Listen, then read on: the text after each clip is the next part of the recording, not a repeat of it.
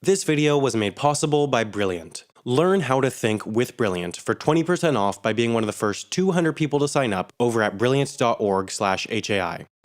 Let's see, a super secret sovereign international organization with ties to governments worldwide that dates back to the 11th century? I don't see why anyone would suspect, oh, you know what, it looks like a few people do think something weird could be going on here. Here's a 1-minute history of the Sovereign Military Hospitaller Order of St. John of Jerusalem of Rhodes and of Malta, aka the Order of Malta.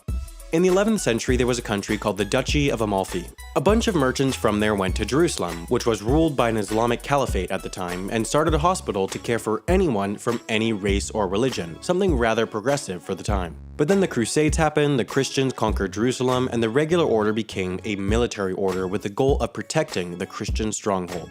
They were pretty successful at that until 200 years later when Jerusalem was conquered again by an opposing group and the order was kicked out. So they went to Cyprus, then they went to Rhodes, and then they went to Malta. Oh yeah, and they weren't really called the Order of Malta until they got to Malta. And while they were there, they got really powerful, briefly owned the Caribbean islands of St. Barthélemy, Kitts, Croix, and Martin, and then in about 1800 your boy Bonaparte kicked them out of Malta and they went to Rome, where they still are headquartered today. The mission of the group is stated as Tuitio Fidei et Obsequiam Pauperum, which, if you don't speak Latin, translates to defense of the faith and service of the poor.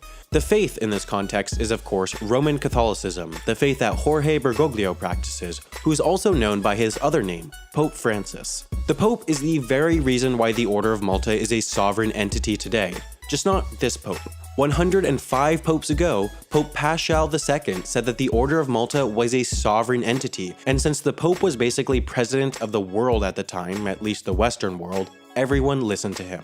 So, still today, the Sovereign Military Order of Malta is sovereign. It's treated like a country even though it doesn't have any territory. It does have buildings, like its headquarters in Rome, but these buildings aren't technically territory of the order. They're considered extraterritorial territory. Extraterritorial territory is the kind of territory that the embassies of any country are in.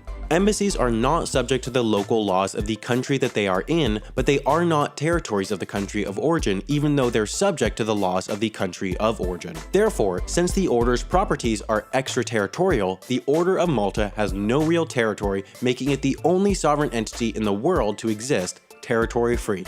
But they do have pretty much everything else a country has. They have coins, they have stamps, they have license plates, and even passports.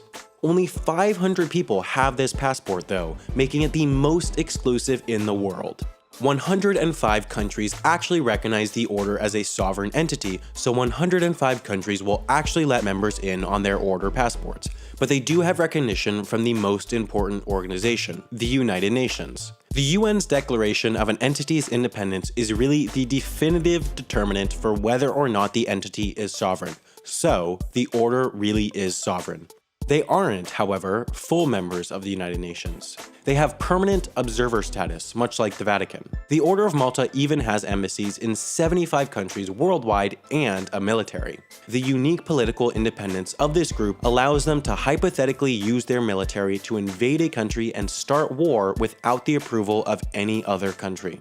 Nowadays, however, the Order's primary focus rests on charitable acts around the world. They still hold true to the mission of their original hospital in Jerusalem and administer aid to those in need, regardless of their race or religion, through employing over 25,000 doctors, nurses, and paramedics globally.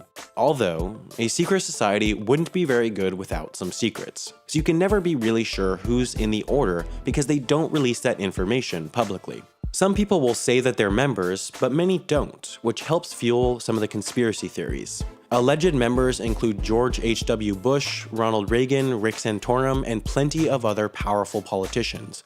But if you want to join the Order of Malta, use its military to topple the oligarchy, and usher in a new age of tyrannical international dictatorship, you'll probably want to get smart. And there's no better place to get smart than Brilliant.org. What's unique about Brilliant is that they make you smarter by puzzling through well-crafted questions that really teach you how to think. I personally love their logic course, especially the Rational Detective chapter, because it has really helped me improve my problem solving and critical thinking skills. Each one of their courses is superbly designed with straightforward explanations, simple graphics, and thought-provoking puzzles. It's a brilliant way to get smart. By going to brilliant.org/HAI, you can get started for free, and then, by being one of the first 200 people to upgrade to the premium subscription, you will get 20% off.